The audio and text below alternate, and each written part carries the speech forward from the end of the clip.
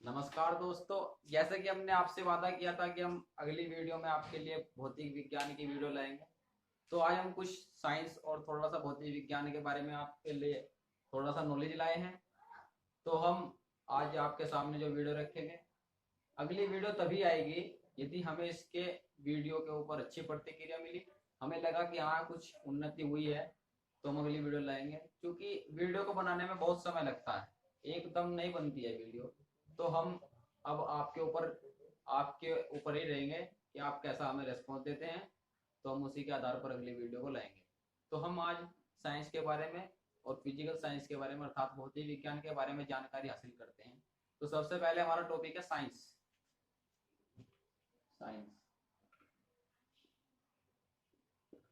Science इसे हिंदी में विज्ञान कहा जाता है। जब आप विज्ञान का संधि विच्छेद करते हैं तो वी प्लस ज्ञान होता है। वी प्लस ज्ञान अर्थात इसका अर्थ जो है कि किसी भी वस्तु के बारे में गहन अध्ययन करना या परिष्कृत ज्ञान, विशिष्ट ज्ञान प्राप्त करना हमारा विज्ञान कहलाता है।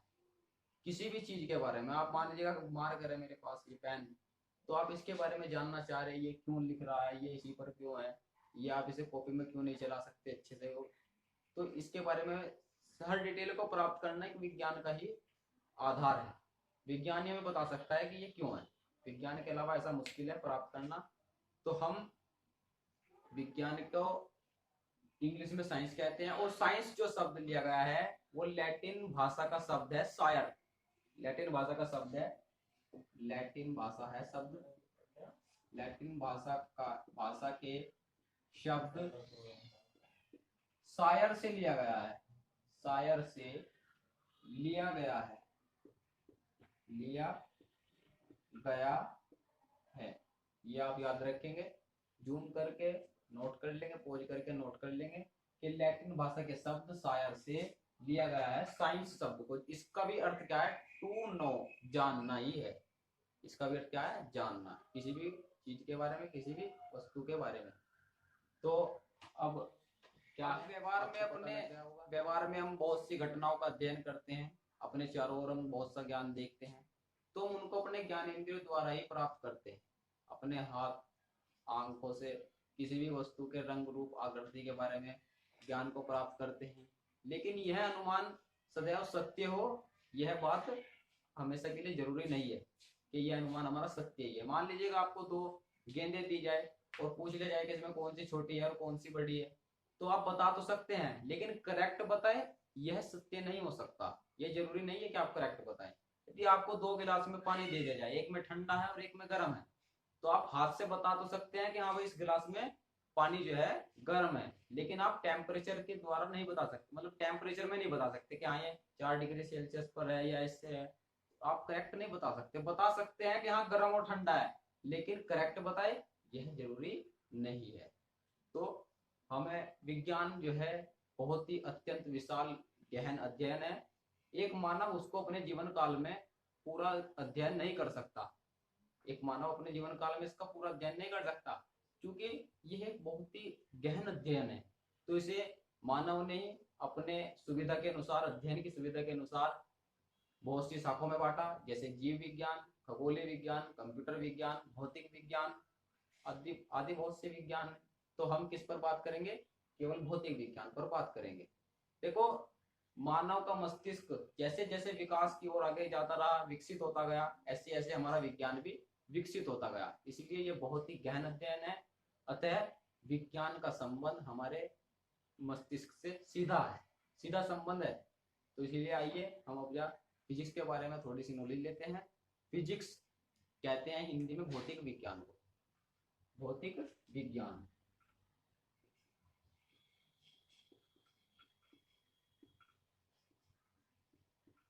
देखिए, यदि मेरे पास कोई स्पेलिंग मिस्टेक होती है तो आप ये मत मानिएगा कि स्पेलिंग गलत है तो ये भी गलत है। देखो, आदमी से ही गलती होती है, आपसे भी होती होगी, हमसे हो जाती है, तो कोई जरूरी नहीं है कि गलती हो गई तो कुछ नहीं आता, हो जाती है। यदि आपको गलती लग रहा है कि गलत है तो आप सही कर लीजिए। जरूरी नहीं है कि गलती हो और जरूरी नहीं है कि सही हो। तो ये बात भी ध्यान रखें आप, जरूरी नहीं है।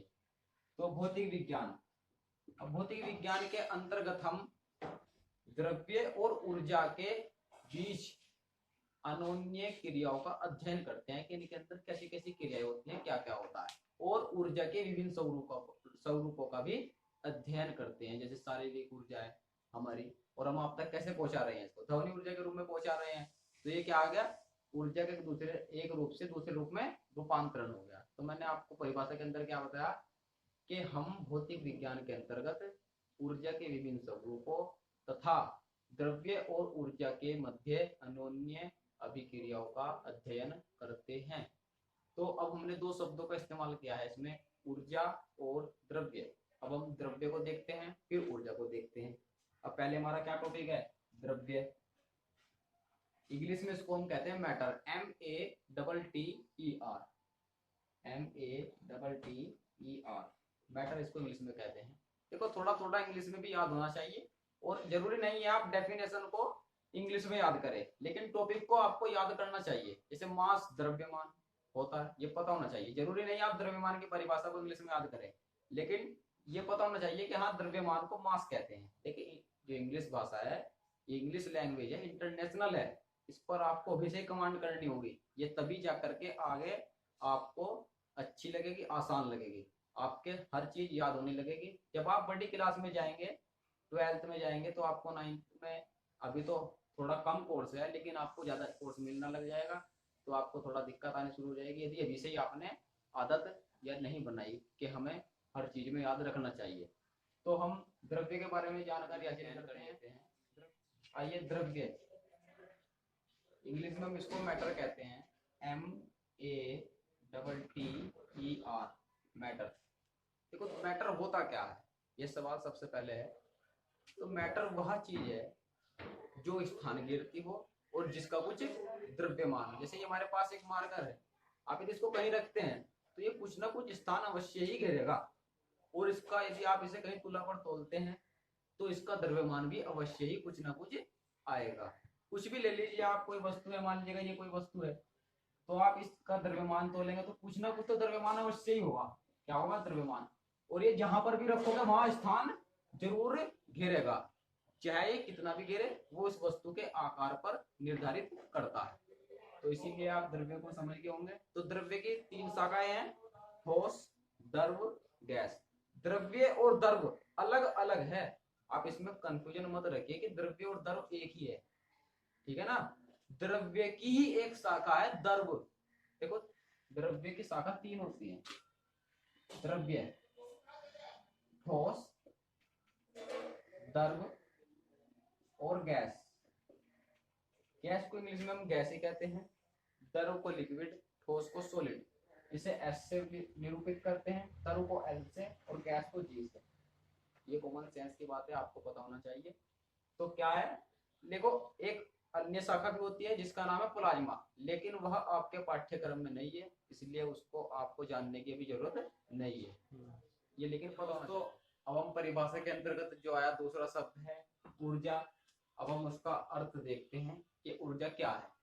देखो ऊर्जा एक भौतिक राशि है, इसका न तो द्रव्यमान होता है और ना ही ये स्थान घेरती है, बल्कि एक रूप से दूसरे रूप में रूपांतरित हो जाती है। देखो जैसे मेरी शारीरिक ऊर्जा है, मैं आपके थ्रू इसको ध्वनि ऊर्जा के द्वारा ही आप तक पहुंचा रहा हूँ, मैं बोल रहा हूँ तो ये ध्वनि ऊर्जा में रूपांतरित हो रही है।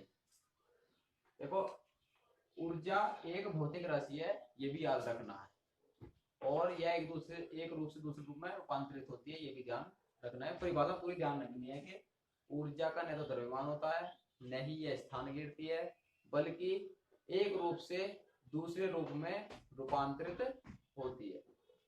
अब देखो पहले यह माना जाता था कि ऊर्जा एवं द्रव्य अलग अलग राशियां हैं, लेकिन हमारे महान विश्व विख्यात एक वैज्ञानिक हुए हैं अल्बर्ट आइंस्टीन, शायद आपने उनका नाम सुना होगा। उन्होंने अपने प्रयोगों द्वारा यह सिद्ध किया कि ऊर्जा और द्रव्य एक ही राशि है, अर्थात ऊर्जा को द्रव्य में और द्रव्य को ऊर्जा में रूपांतरित किया जा सकता है। तो उन्होंने जो समीकरण दी थी मैं बता रहा हूं, ME = mc² दी थी। यहाँ E का अर्थ एनर्जी से है, अर्थात ऊर्जा, और m का मतलब है मास, द्रव्यमान, और c है ये निर्वात में प्रकाश की चाल। c का मतलब है निर्वात में प्रकाश की चाल, ठीक है ना, प्रकाश की चाल, जिसका अर्थ, जिसकी जो परिभाषा जो होती है चाल 3 गुना 10⁸ मीटर पर सेकंड होती है।